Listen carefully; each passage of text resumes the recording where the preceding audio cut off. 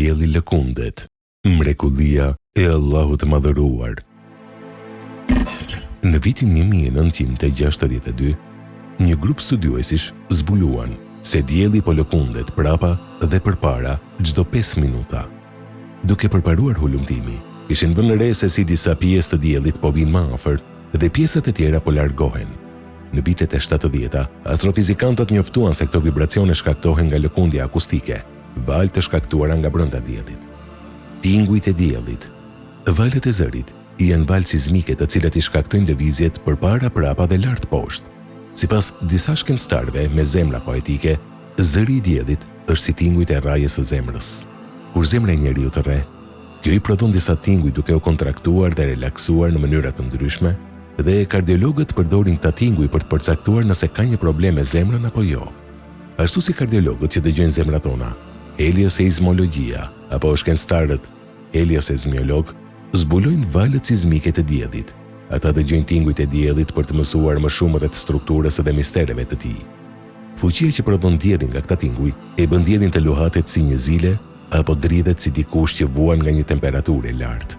Një tjetër pikë interesante është se miliona tinguj të ndryshëm janë zbuluar që burojnë nga dielli, dhe çdo zë e bën atë të luhatet me një frekuencë të veçantë dhe tregon një model të ndryshëm mbi sipërfaqen e diellit. Nëse krahasojmë diellin me një piano ka 88 tela metalik të cilët prodhojnë tinguj të ndryshëm.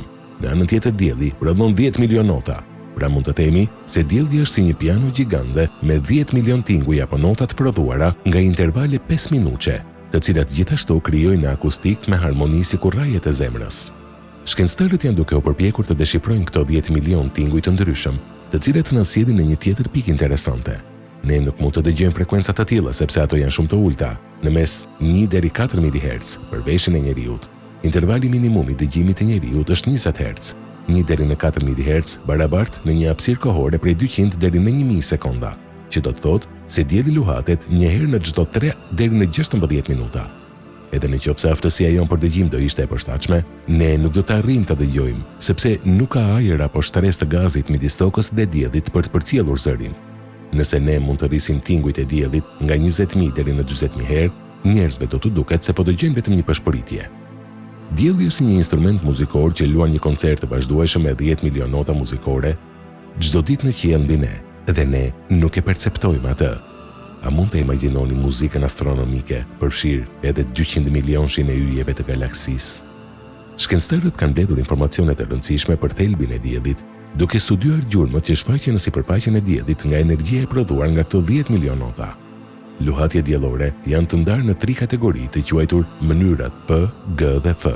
Mënyra P është presioni i valës akustike, G është e gravitetit dhe F mënyra që i referohet valëve sipërfaqësore të gravitetit.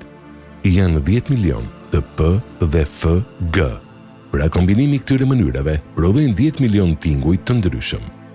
Në Bediüzzaman Risalei Nur, shpjegimi i tij i shkronjës Lam në ajetin 36-38 në kapitullin Yasin në Kur'an pohon se të gjithë mund të kuptojnë këtë kapitull sipas shqisave shpirtërore dhe çdo kapitull nga Kur'ani përmban mirë aspekte, nga e cila të gjithë përfitojnë sipas thellësisë së tij ose të saj të kuptimit të gjërave, nga publiku normal tek dietarët, nga dietarët tek filozofët e kozmosit.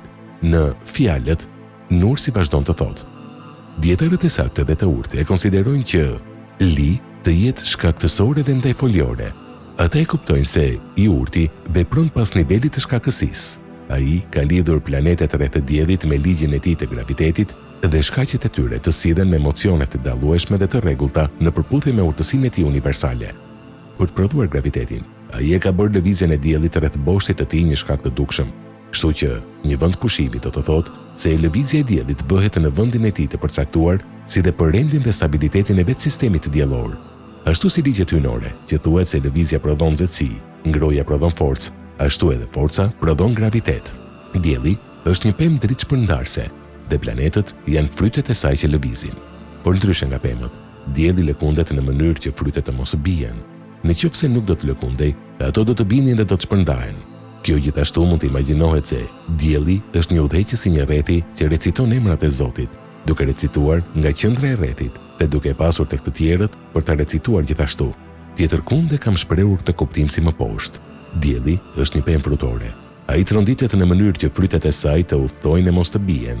Nëse ndalet edhe pushon, pa u tronditur apo lëkundur, tërheqja do të pushojë dhe ata që janë të tërhequr nga dielli do të shpërndahen në hapësirë.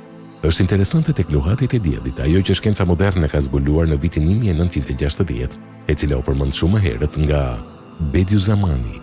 Në fakt, ai shkoi më tej dhe madje shpjegoi urtësinë dhe nevojën e lëkundjeve të diellit, si një ligj i gravitacionit, mbajtur tokën dhe planetet e tjera përreth në orbitën e vet.